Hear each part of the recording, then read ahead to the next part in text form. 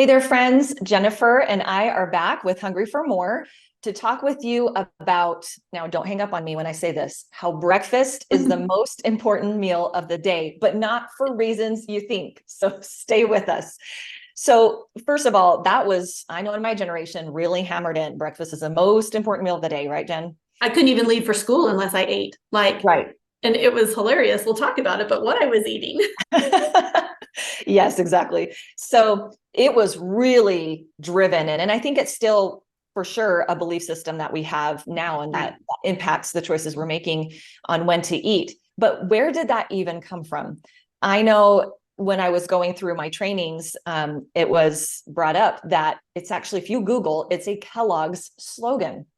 Okay, they're the ones who came up with this push to get all Americans eating breakfast. And of course, we know why, right? They have a special interest in that. So I just thought that was really interesting. And it just goes to show again that so many things that we do, beliefs that we have that drive what we do, it's like, do we ever pause and go like, who said, or where did that come from? Especially if our personal experience is different than the belief, meaning, well, I'm being told breakfast is the most important of the meal of the day, but in this moment, the last thing I want to do is eat, but I'm going to force myself and I'm going to choke it down. Right. Yeah. So when you're in those situations where it's like, well, they said this, but here's how I'm feeling. So I don't know. Should I do it? We tend to force ourselves and instead let that be a sign to us that maybe we want to step back and question, because most of our habits, especially with eating, are driven less by the body. Okay. Until you become a conscious eater, it's driven less by the body guiding you. And it's more just about what we've decided together are the rules for eating Right. in And what every way. society dictates to you, right? It's always Yeah. the results are in you and what you're getting, not what Yes. everybody else dictates is the right thing to do. You've got to investigate and figure that out for yourself. Yes, exactly. So we do believe that breakfast is the most important meal of the day, but not for that reason. And so I'm going to let Jennifer get us into Okay. that. So, what you have to do, if you look at the word breakfast and you separate it, it's break fast, meaning your first meal of the day, regardless of when you eat it, you are breaking a fast. Like most of us have been asleep all night and we haven't been eating. Maybe we haven't eaten since dinner the night before when we had our last meal. I hate to even call it dinner. Honestly, the labels we give things make us feel like we have Yeah, to eat them at certain times. But right. the last time we ate, we probably went to sleep. We woke up and we haven't eaten. So regardless of if you are eating at 8 in the morning, 6 in the morning, 2 in the afternoon, it's actually still breakfast because you are breaking your fast. And so if we can differentiate that and go, okay, it's when I'm hungry. When I'm hungry is when breakfast becomes a very important meal of the day. So that's breaking it down. I mean, just the simplest way, just split up that word and say it's breaking my fast. And we teach you when you're hungry is time to break that fast. Right. So good. Now it's also the most important meal of the day because that first meal, whether it's at 6, 7, 8 or later, what you choose to eat during that meal really is important because of how it sets that third hormone, insulin, up for you for the rest of the day. So we're going to talk a little bit about that. Okay, we had a little technical thing, so there's going to be this little blip, but I think I remember where I was. So, um, not only is it, regardless of when you're breaking the fast, okay, what you're choosing to eat is what sets up that third hormone, insulin, for you that we talk about. And when you eat something sweet, you are going to spike your glucose. You're going to have a spike. Okay. And so when you have a sweet breakfast, that is going to set you up for more cravings throughout the day. You're going to get hungry faster. You're going to get, I swear I could like fill my stomach with donuts. And I've done this before where like, that's all I've eaten. And then I'm starving in a half hour, even though my stomach Right. got so. Well, and just to interrupt you, I mean, we think about like, pancakes and syrup, sweet rolls, donuts, and all that stuff. Mhm. But I'm going to add to the mix yogurt parfaits, smoothies, fruit Yeah, smoothies, right. orange juice. Like, let's think outside of the box of all these sweet things that are traditional. Yeah. And may even have seemed healthy, right? Like Mm-hmm. pure juice, Mm-hmm. hand squeezed juices and that sort of thing. Exactly. But they are going to give you a nice big glucose spike, and that's going to affect your energy throughout the day. You're going to have those crashes. Again, the cravings, because of that spike, the brain's going to be like, let's do that again. Let's, keep the sweet things coming, and you're going to get hungry faster.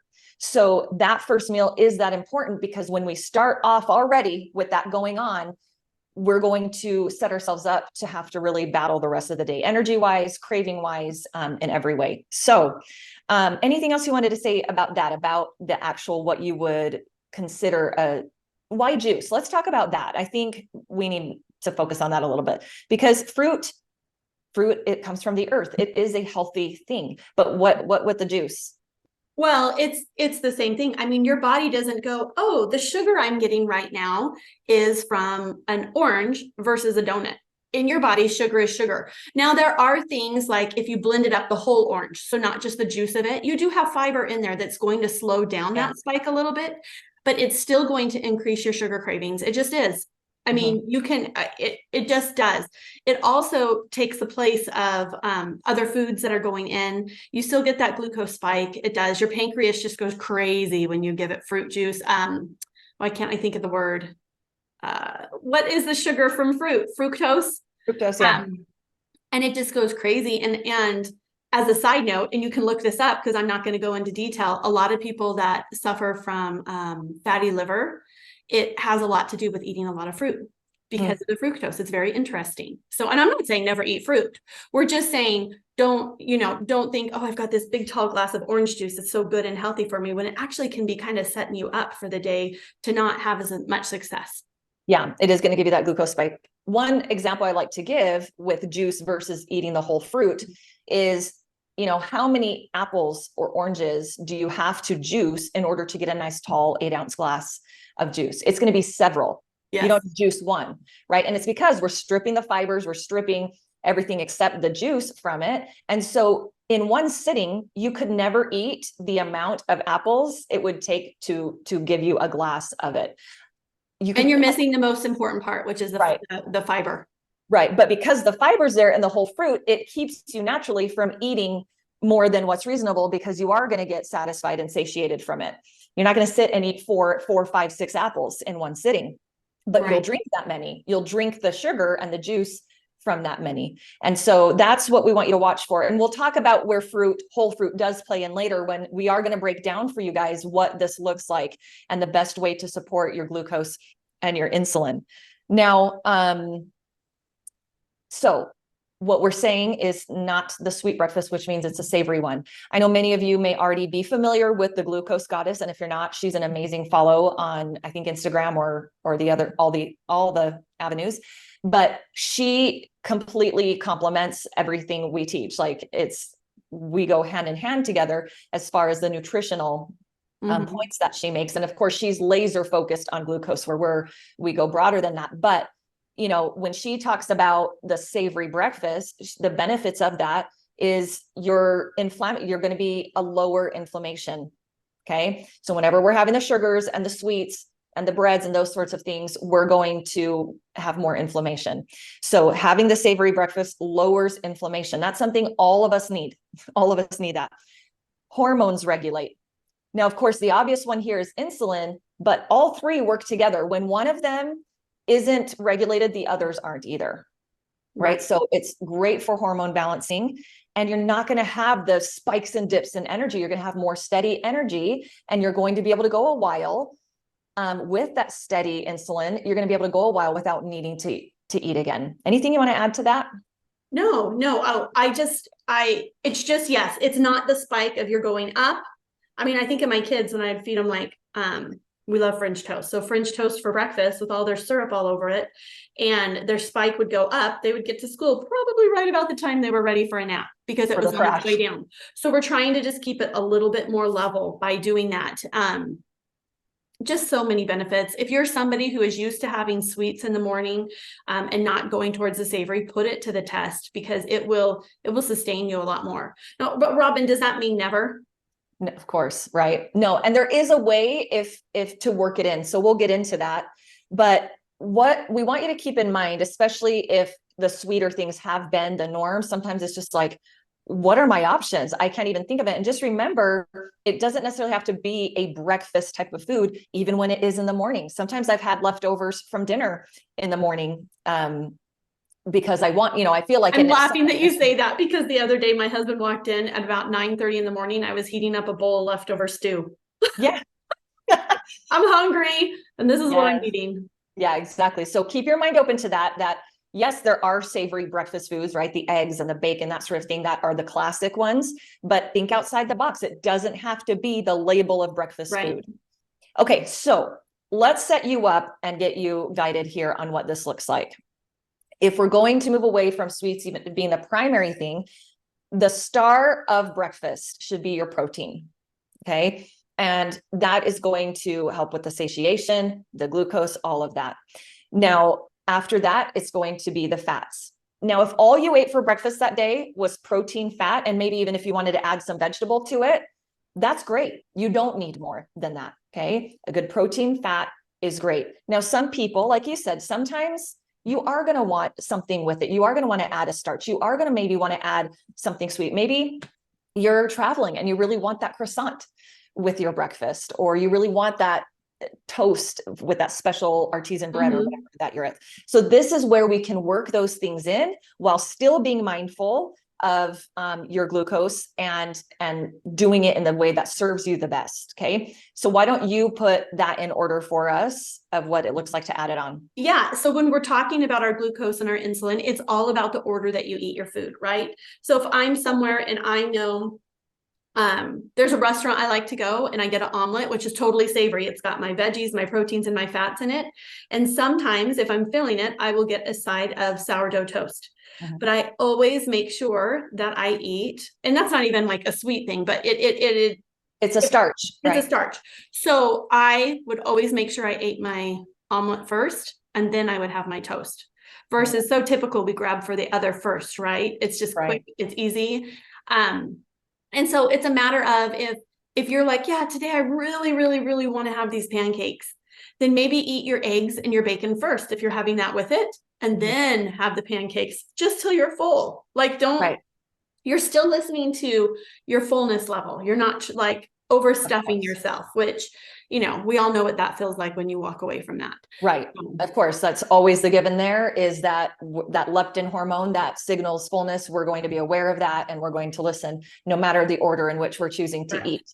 Okay. So yes, another way I like to say this is the protein and fats get the priority of space in your stomach, right? When you think of it that way, like they get to take most of the space in my stomach. And then that sourdough toast will maybe be what kind of finishes me off, which might mean I need to eat, if I'm determined that that's what I'm going to have. Leave room for it. Leave room for it. That might mean I don't eat the full serving of that. If I can tell, okay, if I eat all this plus the sourdough, I'm going to be past my fullness. So of course we're being mindful of these things. And then if there is the sweet thing at the end, with fruit, it would be the sweet thing at the end, a whole piece of fruit where you are getting the fibers along with it. Okay. So this is a way that, you know, we can aim for. I know for me, my breakfast, I aim to just keep it the protein, fat. Sometimes the veggies come into that if I'm feeling it. That's just kind of my intention.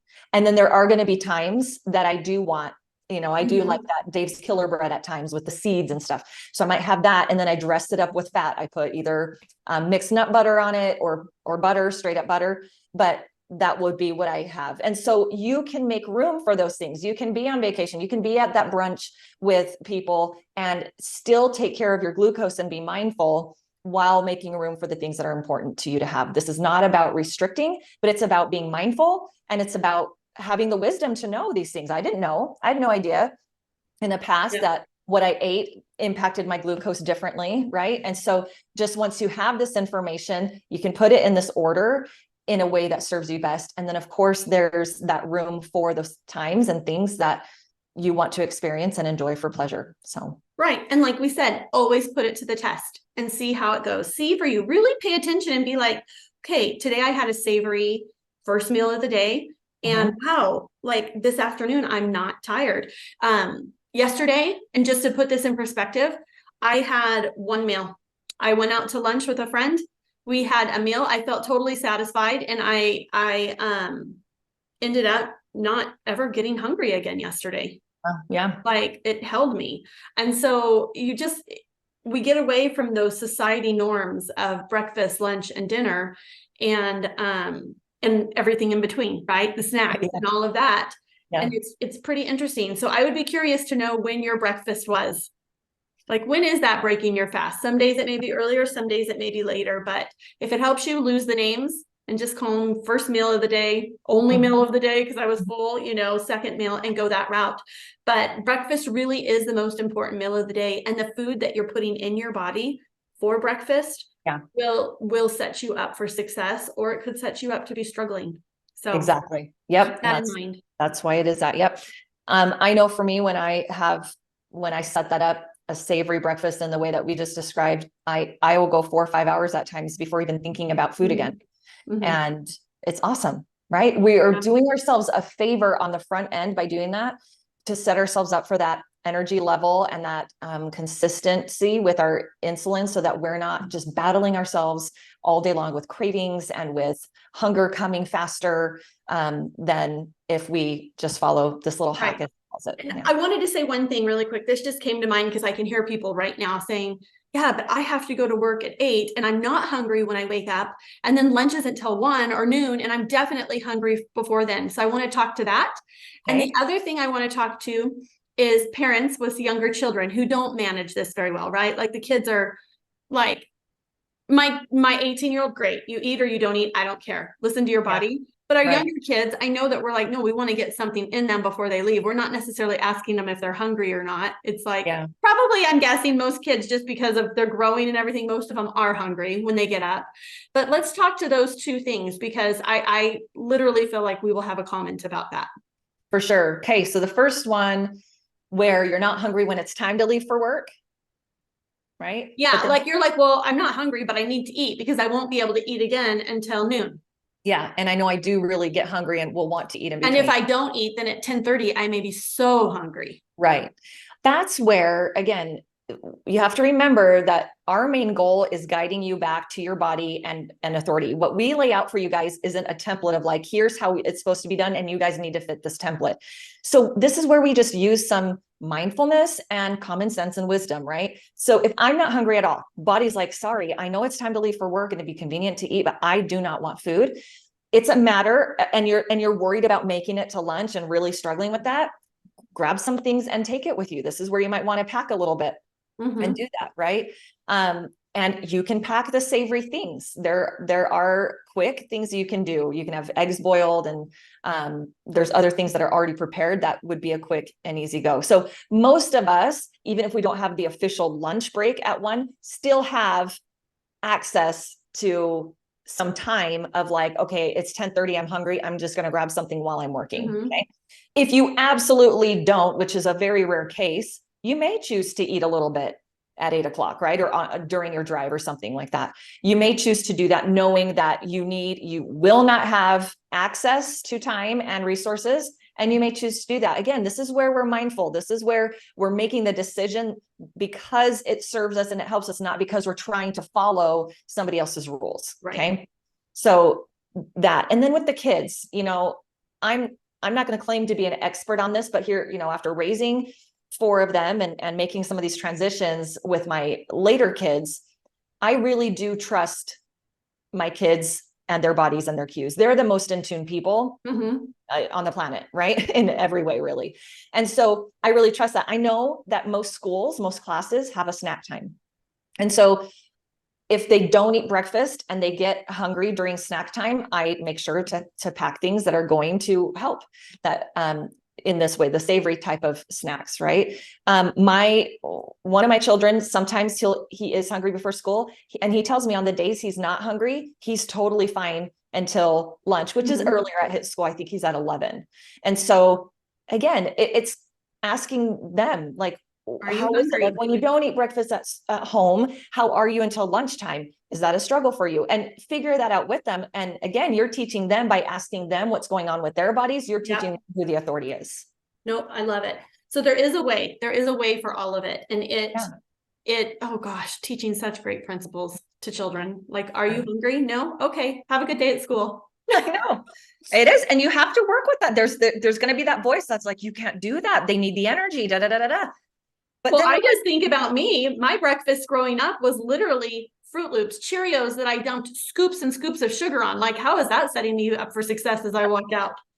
Exactly. Oh, You exactly. know? Yep. And I'm just saying, because I would have that insulin crash, but we always had that available. That's what my mom. But yep, we got the breakfast in. We did it. Yeah. We, so let's end where we started, you guys. Pay attention to your body and the cues it gives you. Give it authority and priority. And what we talked about today is in response to a huge belief system that was created for a product. And we think about how it's impacted how we've functioned in our families with food, just with that breakfast. And let's know that there's many more of those going around. And once you just realize it, you and question it, you're like, oh, okay, that makes sense. I don't need to follow that. I don't need to even believe that anymore. And I'm going to go with what my body's dictating. Not only is this important on a physical level with food, but it hits us in every way, right? All the rules that we've made up about everything. So it's empowering, it's freeing, and with this little hack here with the glucose, you're going to notice a difference. So good luck. Let us know how it goes. Awesome. Thank you. See ya.